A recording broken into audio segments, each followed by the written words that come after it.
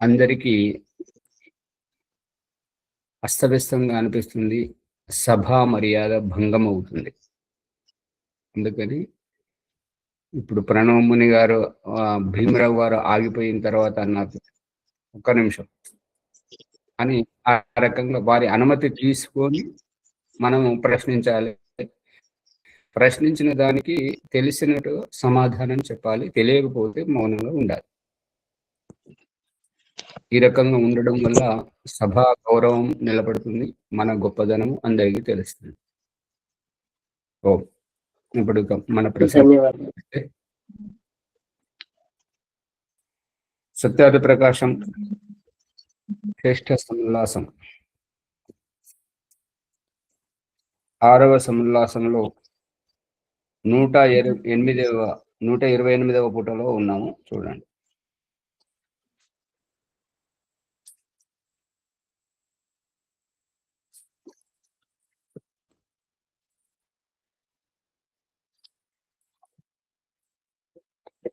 ఈ ఒండరులను అనేటువంటి పదం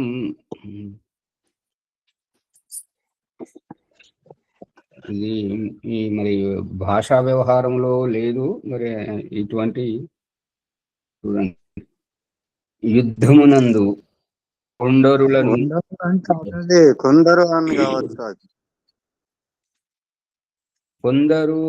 కొందరులను అది కూడా సరిగలేదు కదా. కొంతమంది అదే వారు ఎవరైతే సమాజాన్ని అస్థిరపరుస్తున్నారో వారిని ఎక్కడికక్కడ నిస్తేజము చేస్తే సమాజం బాగుపడుతుంటది అనేది దానినే కదా శ్రీకృష్ణుడు భగవద్గీతలో అంటున్నటువంటిది. పరిత్రాణాయ సాధూనాం వినాశాయ చ దుష్కృతాం. దాని అభిప్రాయమే ఇది. యుద్ధము నందు ఒండరులను చంపవలెను. కోరికతో తమ శక్తి కొలది యుద్ధమునర్చుచు వెన్నుజూపని రాజువలే సుఖమును పొందుదురు.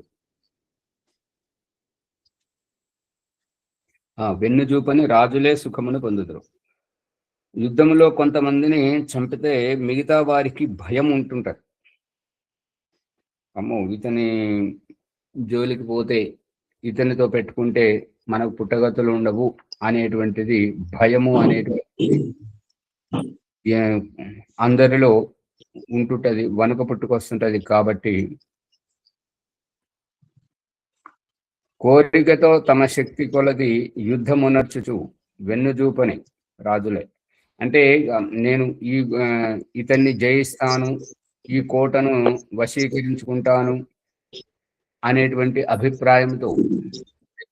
దేవముని గారు మైక్ బంద్ చేయండి. పద్మజమ్మ గారు మైక్ బంద్ చేయండి. మైక్ కుయ్యి కుయ్యి అంటున్నది కదా. మిగతా వాళ్ళు ఎవరిది ఓపెన్ ఉన్నా అని బంద్ చేయండి. తమ శక్తి కొలది సాయాశక్తుల సామర్థ్యం ఉన్నంత వరకు యుద్ధమునర్చుచు వెన్నుజూపని అంటే వెనకడుగు వేయని యుద్ధక్షేత్రం నుండి పారిపోజాలని రాజులే సుఖమును పొందుదురు. కాబట్టి ఎన్నడూ విముఖుడు కారాదు. ఇక రాజ్యాన్ని పరిపాలించేటువంటి వ్యక్తి వెనుకకు తగ్గరాదు. కానీ ఎప్పుడైనా శత్రువులను జయించుటకు దాగవలసి వచ్చినా ఎట్లు చేయవచ్చును. ఇప్పుడు ఎలుక పిల్లి ఆటలో చూపిస్తున్నాడు అన్నమాట. ఎలుకను పట్టుకోవాలి అని అంటే పిల్లి ఎలుక దగ్గరికి రావాలి. అది నేరుగా వస్తే ఎలుక పారిపోతుంది. కాబట్టి నక్కి నక్కి నక్కి నక్కి దగ్గరికి వచ్చి అదుపులోకి రాగానే చెంగున ఎగిరి దాన్ని పట్టుకుంటుంది. ఆ విధంగా శత్రువులను జయించుటకు దాగవలసి వచ్చినా అంటే దాగుడు మూతలు ఆడాల్సి వచ్చినా కూడా అట్లు చేయవచ్చును. అది తప్పు కాదు. దాగుడు మూతలు ఆడినంత మాత్రాన ఎలుకను చూసి పిల్లి కొద్దిగా నక్కినట్టుగా చేసినంత మాత్రాన ఎలుకకు పిల్లి ఓడిపోయినట్టు కాదు. అందుకని ఆ దాగుడు మూతలు ఎందుకు అంటే శత్రువు మన పరిధిలోకి రావాలి, మనకు అందుబాటులో రావాలి అని వేచి చూడడం వరకే దాగడం. ఎందుకంటే శత్రువును జయించుటకు అట్లు చేయుట దోషము కాదు. ఆ రకంగా చేయడము అది తప్పేమి కాదు. సింహము కోపముతో ఎదుర్కొని శస్త్రాగ్నియందు భస్మగునట్లు రాజు మూర్ఖత వలన చెడరాదు. సింహము కోపం వచ్చినప్పుడు ఎదుర్కొని శస్త్రాగ్ని అందు అంటే ఎదుటి దాడికి శస్త్రాగ్ని అందు అంటే ఇక దానికి శస్త్రములకు వేటవాడి వేటలో కానీ లేదంటే తనకంటే బలమైనటువంటి హింసక జంతువుతోటి ఇంకా భస్మం ఆగునట్లు అంటే శస్త్రములతోటి రాజేసినటువంటి అగ్ని వాళ్ళు పన్నినటువంటి వలలో పడి నశించినట్లు రాజు ఆ మూర్ఖత వలన నశించరాదు అనేది సందేశం. యుద్ధ సమయమున యుద్ధముతో సంబంధము లేక అటనట నిలబడిన వారిని నపుంసకుని చేతులు జోడించు వానిని తల విరబోసుకున్న వానిని కూర్చుండిన వానిని శరణుజొచ్చిన వారిని వీళ్ళను చంపకూడదు. ఎవరిని అంటే యుద్ధ సమయమున యుద్ధముతో సంబంధం లేక అంటే యుద్ధం జరుగుతుంది కానీ ఆ యుద్ధంతో సంబంధం లేకుండా అక్కడక్కడ నిలబడ్డటువంటి వారిని నపుంసకులను చేతులు జోడించు వారిని తల వెంట్రుకలు విరబోసుకున్న వారిని కూర్చున్న వారిని శరణుజొచ్చిన వారిని వీళ్ళను చంపకూడదు. నిద్రపోవు వారిని మూర్ఛ నొందిన వారిని నగ్నుని ఆయుధము లేని వానిని యుద్ధమును చూచు వానిని శత్రువు వెంట ఊరక వచ్చిన వారిని వీళ్ళను కూడా చంపకూడదు. నిద్రపోతున్నటువంటి వారిని మూర్ఛపోయినటువంటి అండి తల విరబోసుకున్న వారిని అంటే ఇప్పుడు వీళ్ళు స్త్రీలు ఏంటంటే మాసిక ధర్మము వచ్చినప్పుడు తల అది సవరించరాదు, విరబోసుకుంటారు. ఆ రకంగా తల విరబోసుకొని ఉన్నటువంటి వారిని చంపకూడదు అనేది అభిప్రాయం. పురుషులకు ఆ విధంగా ఉండదు కదా, మరి రాజులకు జుట్టు ఉంటది కదా, ఆ రాజులకు జుట్టు ఉండడమే వారి యొక్క రాజగౌరవం. మొత్తం తల వెంట్రుకలు తీయరు. అట్లాంటి వారిని కూడా చంపకూడదని ఇక్కడ ఏమో. నగ్నుని వివస్త్రముగా ఉన్నటువంటి వారిని ఆయుధము లేని వారిని యుద్ధమును తమాషాగా చూస్తున్నటువంటి వారిని శత్రువు వెంట ఊరికే వచ్చినటువంటి వారిని చంపకూడదు. ఆయుధ ప్రహారంతో దెబ్బతిని బాధపడు వానిని దుఃఖితుని మిక్కిలిగా గాయపడిన వానిని భయపడిన వానిని తిరిగిపోవు వానిని సత్పురుషుల ధర్మమును స్మరించుచు యోధులెన్నడూ చంపరాదు. ఆయుధ ప్రహారంతో దెబ్బతిని బాధపడుతున్నటువంటి వారిని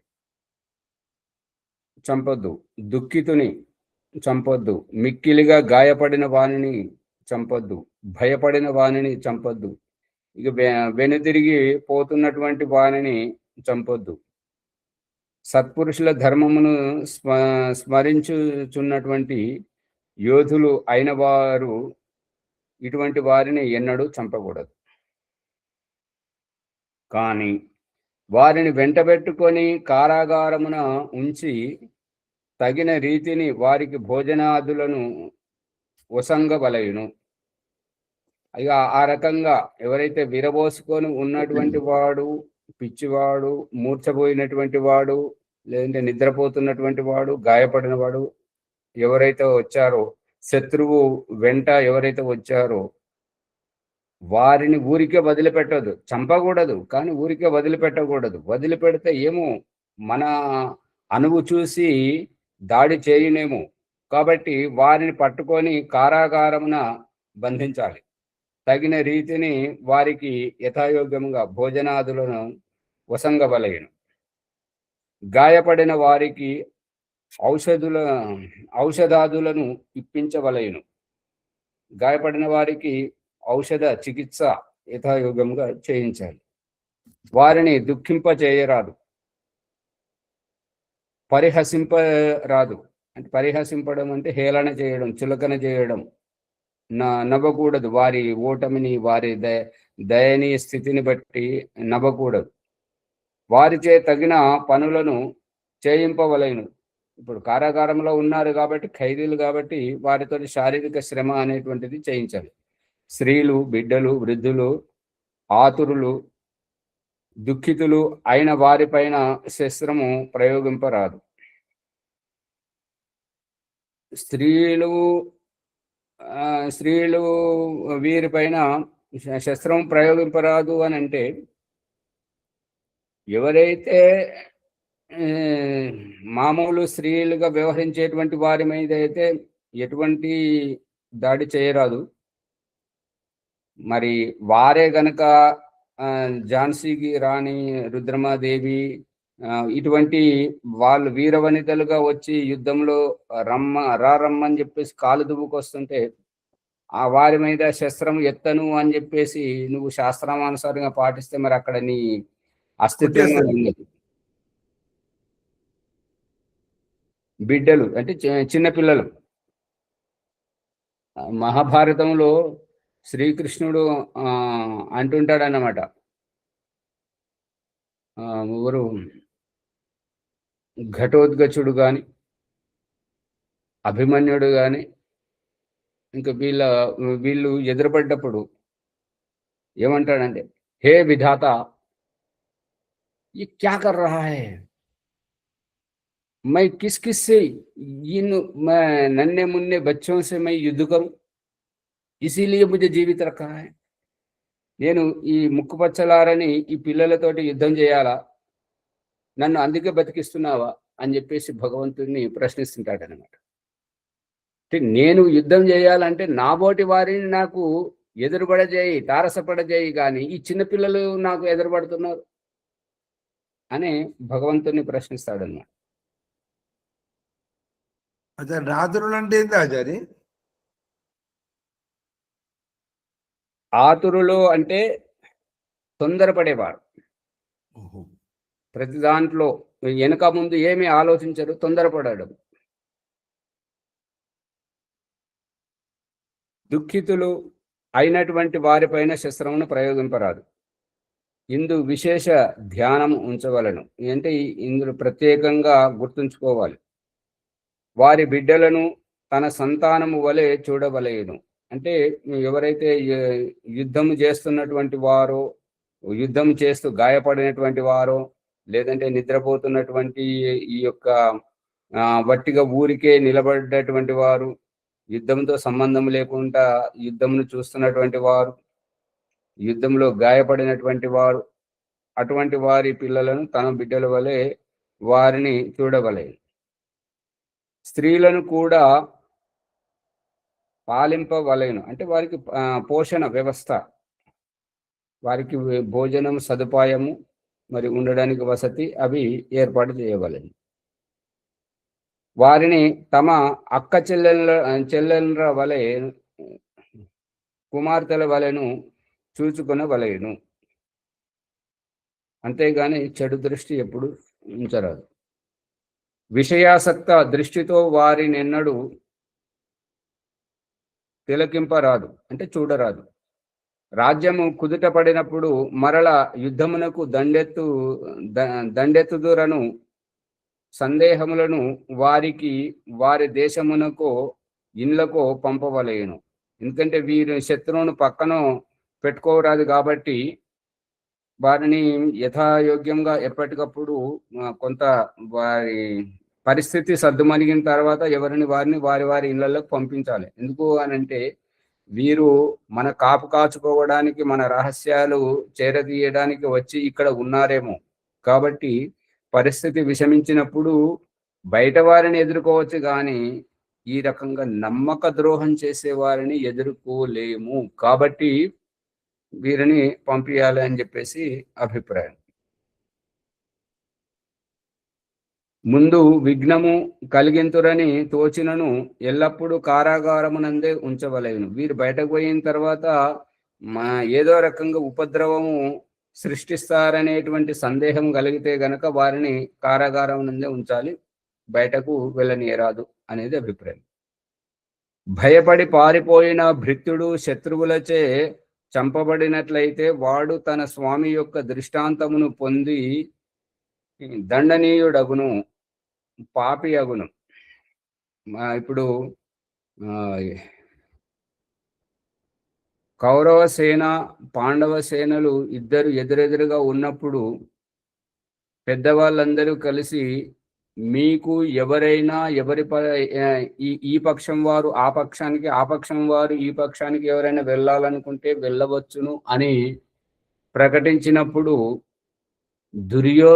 దుర్యోధుని యొక్క మూడవ తమ్ముడు ఈ యొక్క పాండవుల పక్షానికి వస్తుంటాడు. ఆ విషయం గుర్తుందా లేదా? అతను న్యాయము ధర్మము అని విచారిస్తుంటాడు. అతని పేరు గుర్తుకొస్తలేదు.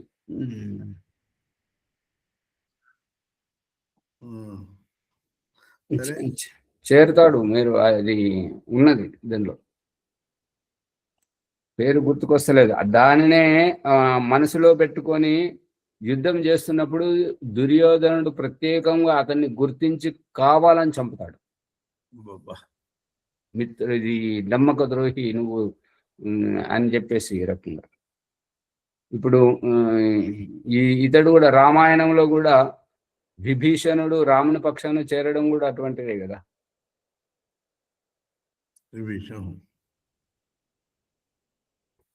ఇక ఆ భృత్యుడు భయపడి పారిపోయినటువంటి భృత్యుడు శత్రువులచే చంపబడినట్టయితే ఇక అతన్ని మనం ఏమి చేయలేము. కానీ ఒకవేళ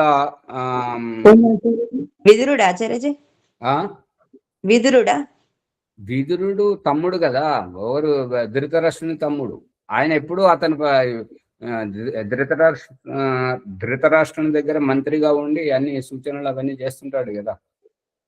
అతను కాదు, యుద్ధక్షేత్రమునకు రానే రాడు. యుద్ధం జరుగుతున్నప్పుడు వాళ్ళ అన్న దగ్గర ధృతరాష్ట్రుని దగ్గర ఉండకపోవడం వల్ల యుద్ధం ఉన్నదన్నట్లుగా అభివర్ణించాలని చెప్పి సంజయుని నియమించుకుంటారు. ఆ సంజయుడు చెప్పినటువంటిదే భగవద్గీత.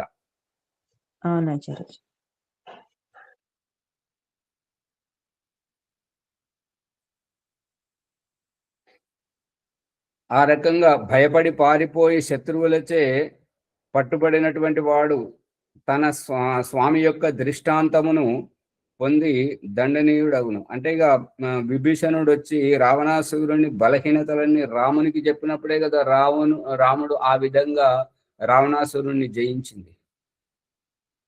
అందుకని అతను దండనీయుడగును, పాపి అగును.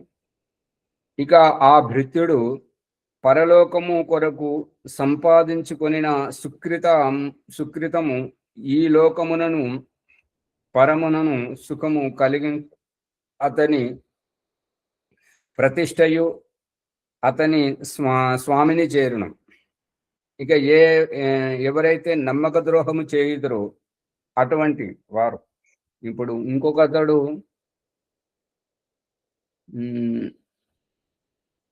పాండవుల ఎవరు కుంతికి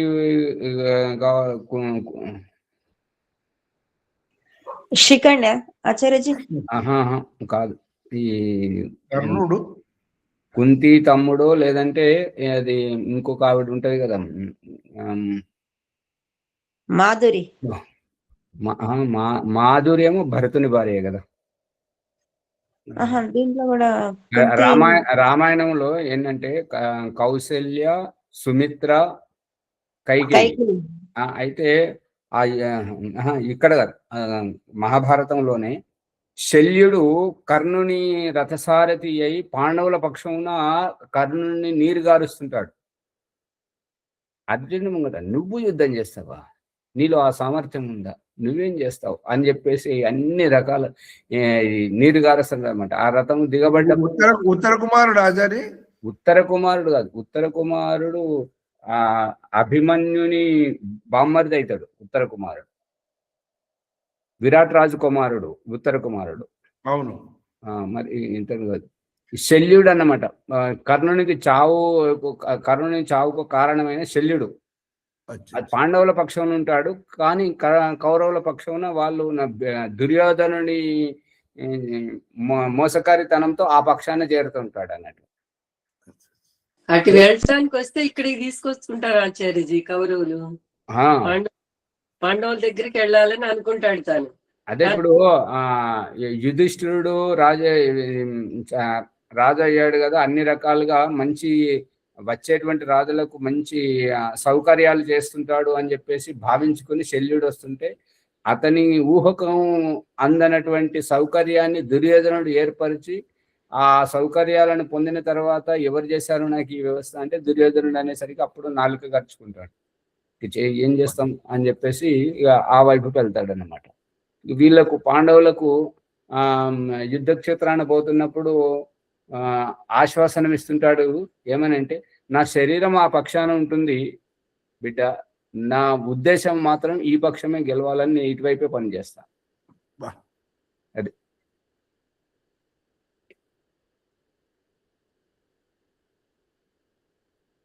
ఆ రకంగా ఏ భృత్యుడైతే ఎవరైతే స్వామికి ద్రోహం చేసి, నమ్మక ద్రోహం చేసి శత్రుపక్షాన చేరుతుంటారో, అతడు పరలోకం కోసం ఎంతైతే పుణ్యం సంపాదించుకున్నాడో ఆ సుకృతము ఈ లోకమునను పరలోకమునను పరమునను సుఖము కలిగించు అతని ప్రతిష్టయు అతని స్వామిని చేరును. ఎవరికైతే ద్రోహం చేసి శత్రుపక్షము చేరి స్వామికి విరుద్ధముగా వ్యవహరించబోతున్నాడో ఆ యొక్క స్వామికి చేరుతుంది అతని పుణ్యము అనేది అభిప్రాయం.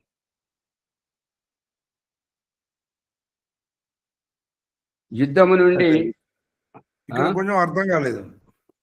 ఇప్పుడు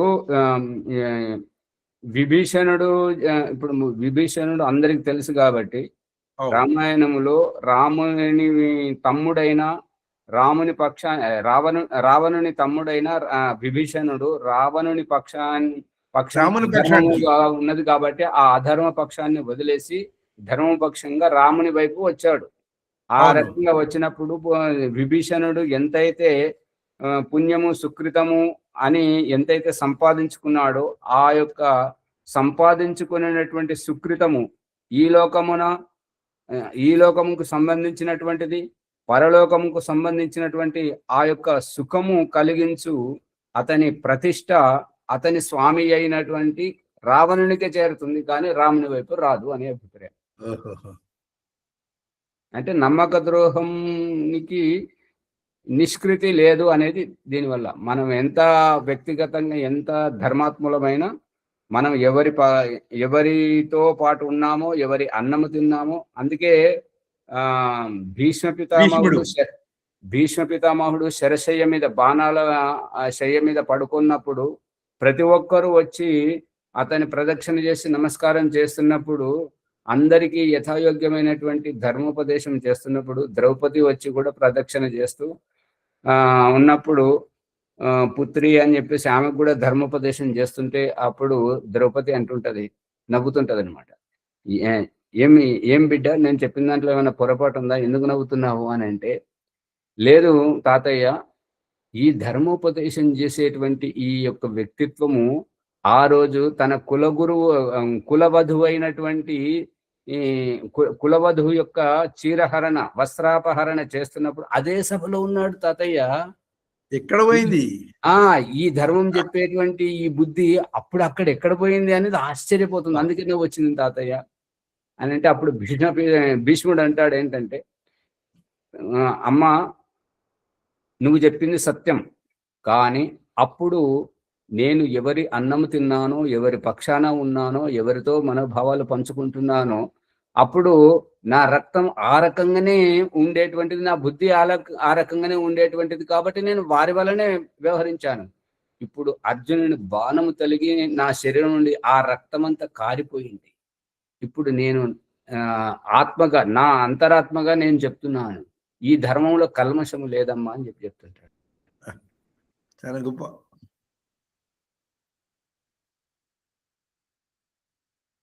కూడా దానికి అటువంటి పరిస్థితులకి కూడా అనుకూలం అనేదే కదా ఆచార్య.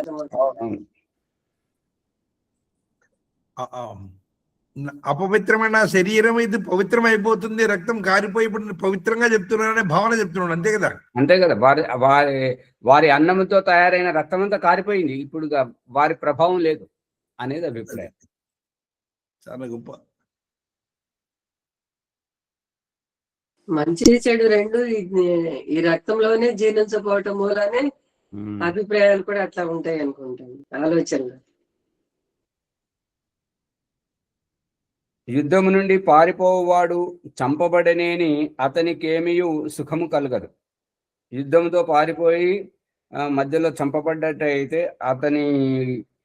అతనికి ఏమియో సుఖము కలగదు. వాని పుణ్యఫలం అంతయు నష్టమగును.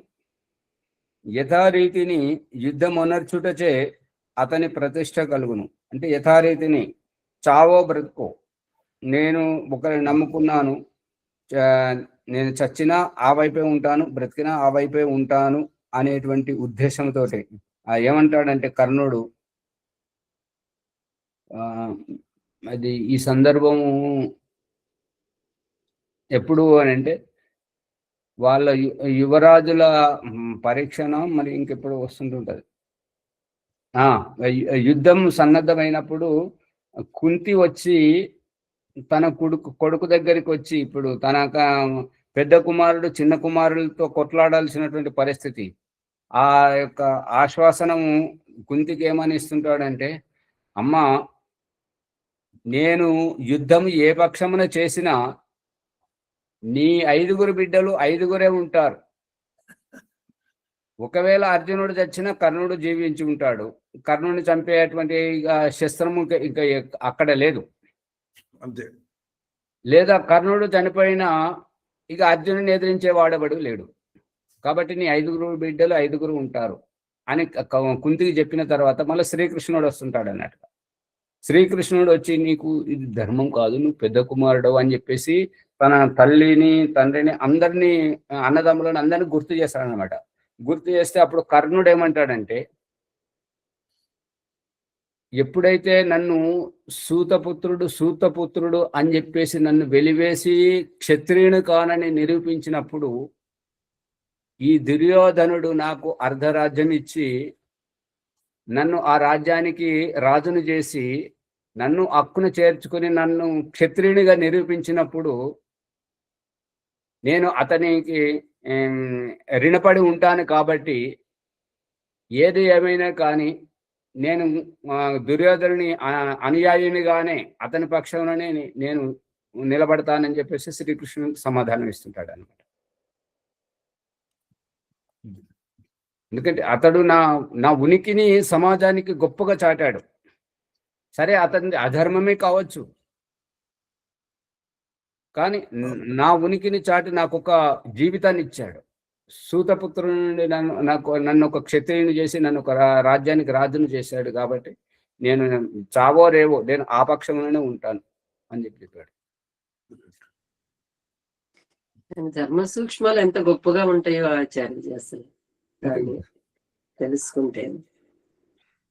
ఆచార్య ఇంకొకటి కూడా అంటాడు కర్ణుడు, మరి అట్లా నన్ను అవమానించినప్పుడు అప్పుడు ఎందుకు చెప్పలేదు ఈ విషయం? అది కూడా అంటాడు. అది అన్న తర్వాత చెప్తాడు. ఇవాళ ప్రణవముని గారు అంటున్నారు ఆత్మ పరిశీలన దాంట్లో పూర్వపక్షులు, నేను ఇప్పుడు ఇక్కడ సమయం లేదు, రేపు నేను చెప్తాను వివరంగా అన్ని ఆ పంచతత్వాలను విడివిడిగా అన్ని చెప్తాను అంటున్నాడు. ఈ రకంగా వర్షం పడ్డటువంటి ఆ సమయంలో బ్రాహ్మణుడు వచ్చి యజ్ఞం కోసము ఆ సమిధలు అడిగితే ఆ బ్రాహ్మణుడికి యుధిష్ఠిరుడు ఏమంటాడంటే, ఇవాళ వర్షం పడుతుంది కదా బ్రాహ్మణోత్తమ, రేపు వచ్చి తీసుకెళ్ళండి అని అంటే, ఆ మాట విన్నటువంటి భీముడు వెళ్ళి ధర్మగంటను మోగిస్తుంటాడు. ఏమైంది ఇంత వర్షంలో ఏమైంది, ఏం ఆపద్ధర్మం వచ్చిందని చెప్పి ప్రజలందరూ వచ్చి రాగానే ఏమైందని చెప్పేసి అడిగితే అప్పుడు భీముడు ఏమంటాడంటే, మా అన్నయ్య ఎంత తెలివైనవాడు, గొప్ప తత్వవేత్త తయారయ్యాడు, రేపటి గురించి మా అన్నయ్యకు తెలుసు. మనకి ఏంటంటే ఇప్పుడు వెళ్ళిన శ్వాస, బయటకు వెళ్ళిన శ్వాస వస్తుందో రాదో తెలియదు, కానీ మా అన్నయ్యకు రేపు నేను జీవించి ఉంటాను, రేపు నాకు ఇదే బుద్ధి ఉంటుంటుంది, నేను నీ యజ్ఞం కోసం సమిధలిస్తాను అని ఆశ్వాసనం ఇచ్చాడు అని చెప్పేసి అంటుంటాడు. అంటే వర్తమానమే మనం, కానీ ఇది లేదు కదా. వర్తమానాన్ని సద్వినియోగపరచుకోవాలి, కానీ రేపటి గురించి ఇంకేంటి అని చెప్పేసి అనడం.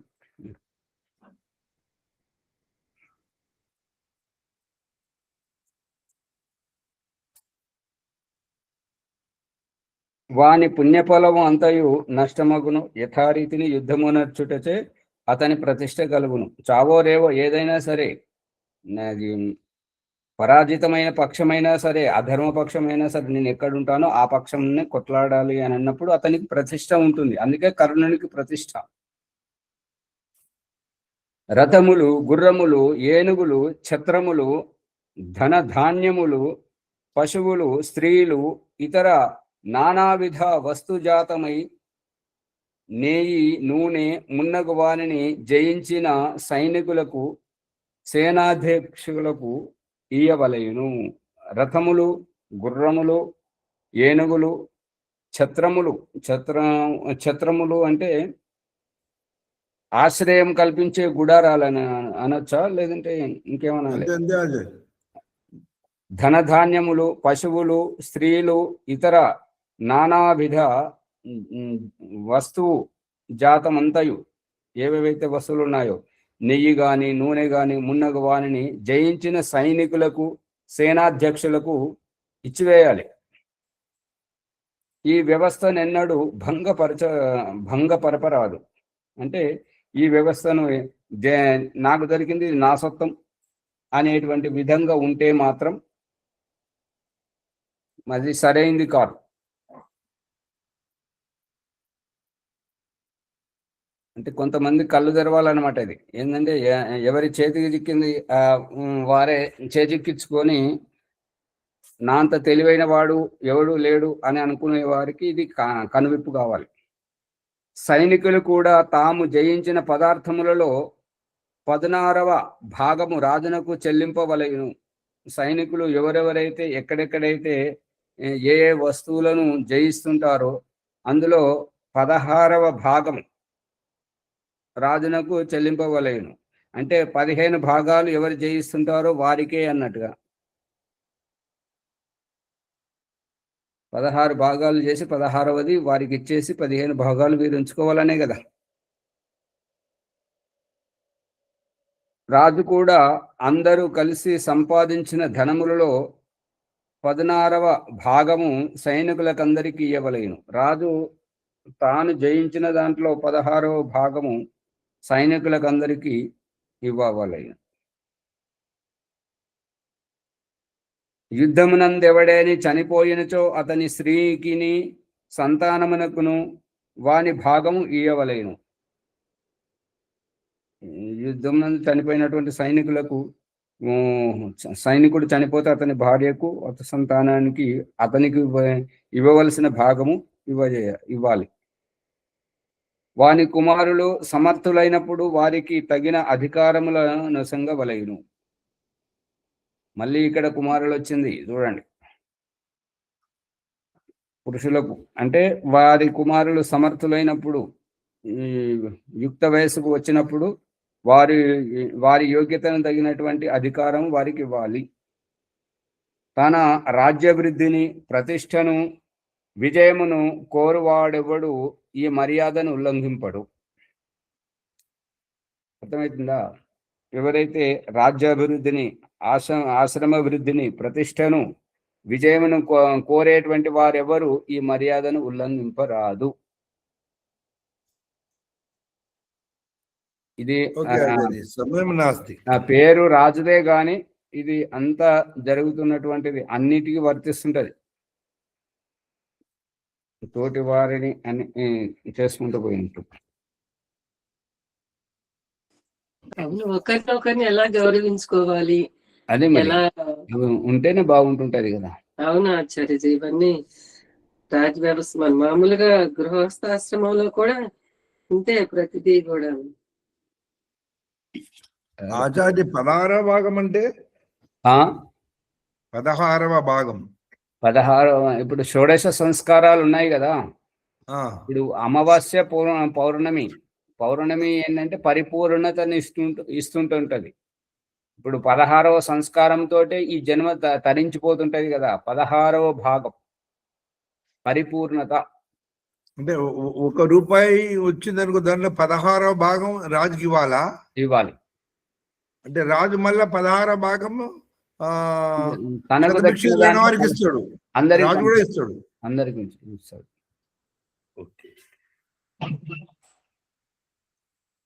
ఒక పాట పాడండి ఎవరైనా మంచిది. శ్యామలయ్య గారు ఉన్నారు కదా, శ్యామలయ్య గారు పాడండి. ఓం ఉద్భవించిన పాడిన ఆచార్యజీ నేను. పాడండి.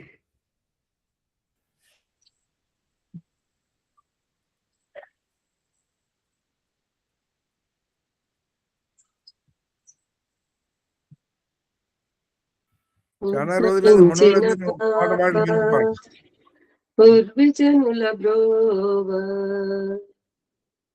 దయాపూర్ణ భావ దయానంద దేవా దయాపూర్ణ భావ దయానంద భారతీయ సంతతి అంతా పరపాలనలో మ్రగ్గిన నాడు, భారతీయ సంతతి అంతా పరపాలనలో మ్రగ్గెడినాడు, భావదాస్య సాగరమందు పరిపాలము తెలియని నాడు. పాడే విధానంలో భాగ్యలక్ష్మమ్మ గారు పాడతారు ఈ పాట. భాగ్యలక్ష్మి గారు పాడండి, తర్వాత మళ్ళీ నేను నేర్చుకొని పాడతాను.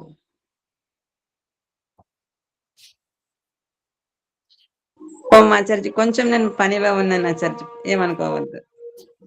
సరే ఆచార్జీ, ఏది రాదు మనసాని పాట పాడమంటారా ఆచార్జీ? ఇప్పుడు వారు ఒక ప్రసంగం ఎత్తినప్పుడు దాన్ని పాడితే బాగుంటుంది. దీన్ని పాడండి వరలక్ష్మి గారు, మీకు పాడతారు కదా.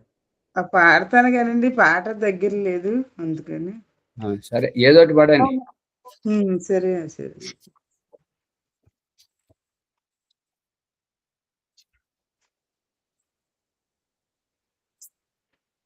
పాడమన్నారా ఆచార్జీ? పాడమన్నారా ఆచార్జీ?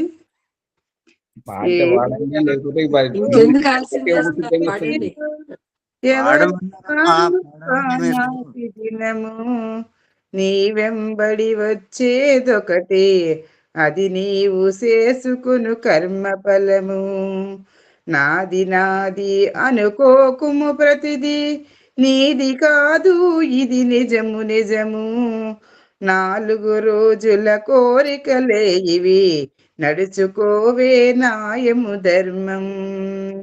ఏది రాదు ఓ మనసా నీతో, ఎవరు రారు ఆనాటి దినము. నీ వెంబడి వచ్చేదొకటే, అది నీవు చేసుకును కర్మ ఫలము. చలమీ ధనము చలమీ ప్రాణము, చలము బంధము బాంధవ్యం, చలము చలము ఈ సంసారం, నిశ్చలమైనది ధర్మమే ధర్మం. ఏది రాదు ఓ మనసా నీతో, ఎవరు రారు ఆనాటి దినము. నీ వెంబడి వచ్చేదొకటి, అది నీవు చేసుకును కర్మ ఫలము. భోగించిన కొలది పెరుగును, ఇంకా భోగించాలని మోహం. 1000 ఏండ్లు భోగించిన తీరదు, విషయ భోగముల ఈ దాహం. విషము కన్నా ఈ లోకములోన, విషయాలేనే అపాయకరము. విషము దేహమునతము చేయ, విషయాత్మలనే చేయు హతము. ఏది రాదు ఓ మనసా నీతో, ఎవరు రారు ఆనాటి దినము. నీ వెంబడి వచ్చేదొకటి, అది నీవు చేసుకును కర్మ ఫలము. సుఖమును గాని ఈ సుఖమునెప్పుడు సుఖమని ఎంచుట అవివేకం. ఇకనైనా ఈశ్వరుని తెలియవే, ఎరుగగలవు అసలైన సుఖము. ఏది రాదువో మనసా నీతో, ఎవరు రారు ఆనాటి దినము. నీ వెంబడి వచ్చేదొకటి, అది నీవు చేసుకొను కర్మ ఫలము. ఓం నమస్తే ఆచార్య, ధన్యవాదాలు అవకాశం ఇచ్చారు. అమ్మగారు మీ పాట జోలపాడేది పద్ధతిలో ఉంది. సువర్చలమ్మ గారు పాడిన దాంట్లో భావ అనే దానికి బాబా అంటున్నారు ఒకటి. మగ్గిన నాడు అంటే పూర్తిగా అన్యాయమే ఆవరించిన తర్వాత అక్కడ దాంట్లో ఉన్నది ఏంటంటే మగ్గెడి నాడు మీరేమో మగ్గిన నాడు అంటే పూర్తిగా అన్యాయమే ఆవరించిన తర్వాత, అక్కడేమో అన్యాయం ప్రబలుతున్నప్పుడు అని అక్కడ ఉన్నది. ఇటువంటివి వస్తున్నాయి. సరే మునిగారు ముందుకు తీసుకెళ్ళాడు. ఓ అదే రొంపులు కాదు, ధన్యవాదములు. జ్ఞానగంగా ఆధ్యాత్మిక విద్య సత్సంగంలో మనము మహాశయ రాసినటువంటి సత్యప్రకాశం లోతుగా చదువుకుంటున్నాము. యుద్ధంలో ఎలాంటి వారితో యుద్ధం చేయాలి, ఎవరిని చంపకూడదు, ఎవరిని చంపాలి, వారికి ఆశ్రయం ఎలా ఇవ్వాలి అని చాలా లోతైనటువంటి సమాచారం ఈరోజు అనేక ఉదాహరణతో మనం తెలుసుకున్నాము. ఈ ఎపిసోడ్ను లైక్ చేయండి, షేర్ చేయండి, సబ్స్క్రైబ్ చేయండి, పక్కన ఉన్న గంట సింబల్ గట్టిగా నొక్కండి. 1-2 సార్లు వినాలని ప్రార్థన. ఈరోజు వైదిక సంధ్యోపాసన బుధవారము. ఎవరిదండి? కొత్త బ్యాచా పాత బ్యాచా? అమ్మ మీదేనా? మీట్లో ఉన్నారు. వరలక్ష్మి గారు వైదిక సంధ్యోపాసన చేయించాలి. ఓం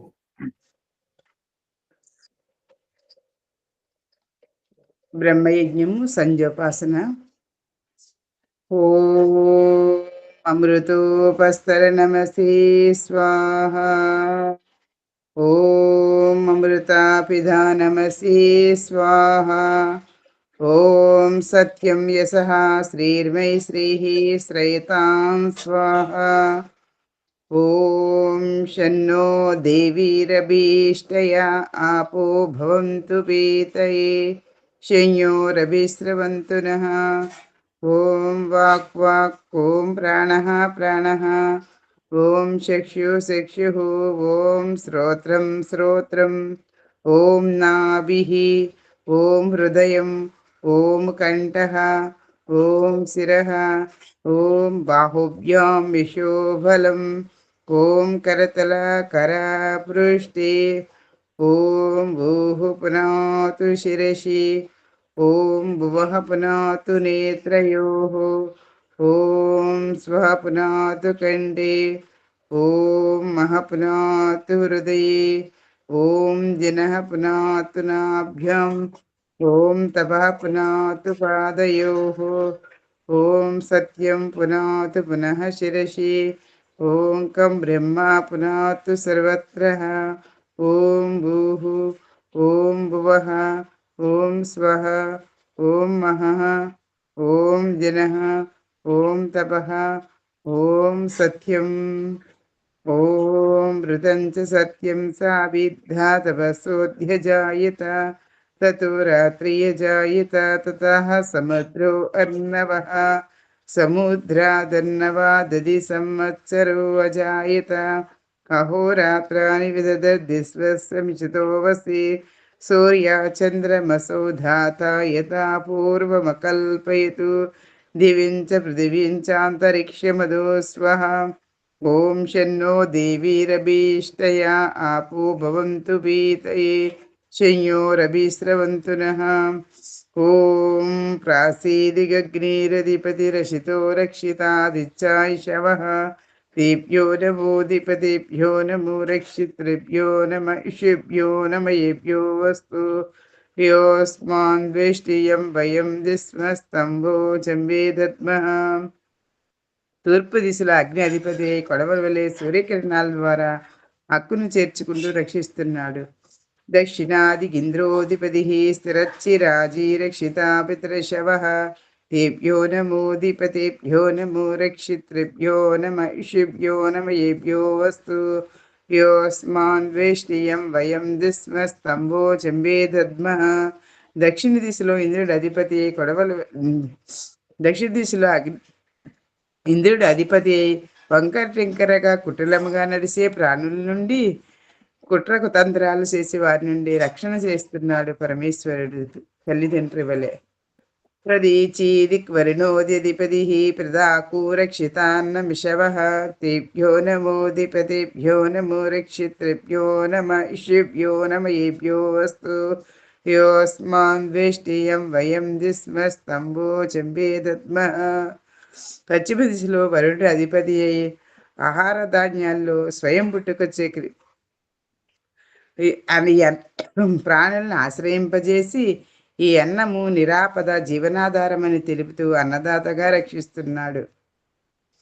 ఉదీచీదిక్ సోమోదధిపతి స్వజో రక్షితాసుని ఋషవః తేభ్యో నమోధిపతిభ్యో నమో రక్షితృభ్యో నమ ఇషిభ్యో నమ ఏభ్యో వస్తు యోస్మాన్ ద్వేష్టియం వయం దిస్మస్తంభో చెంబే దద్మః.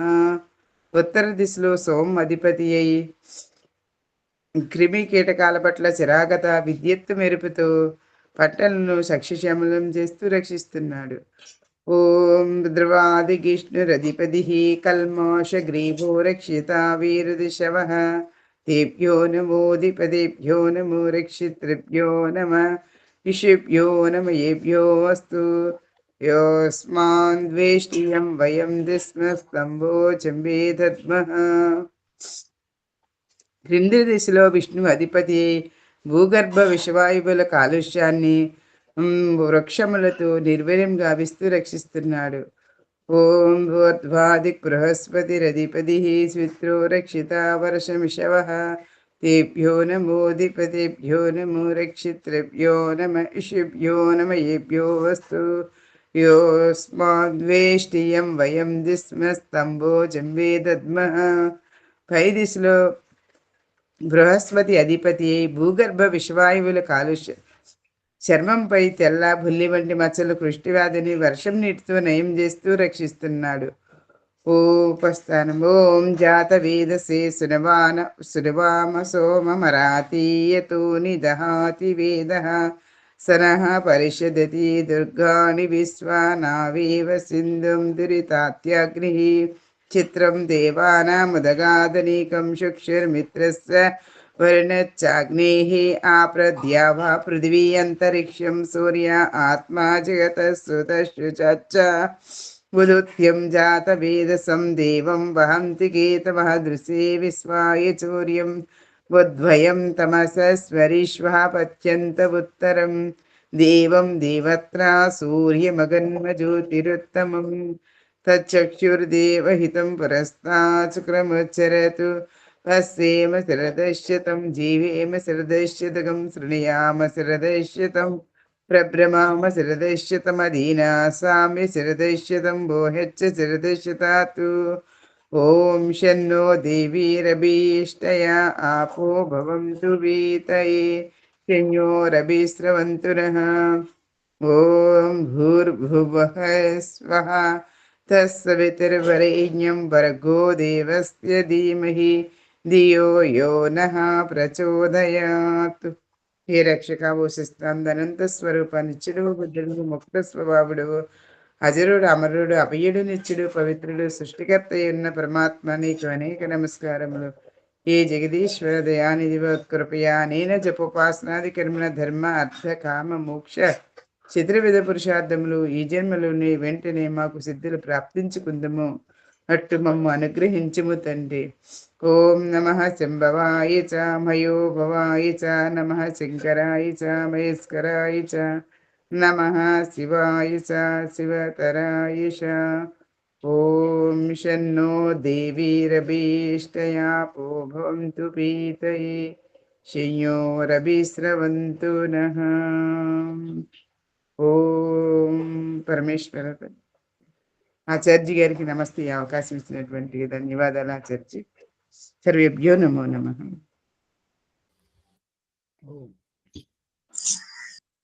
ముందుకు తీసుకెళ్ళండి.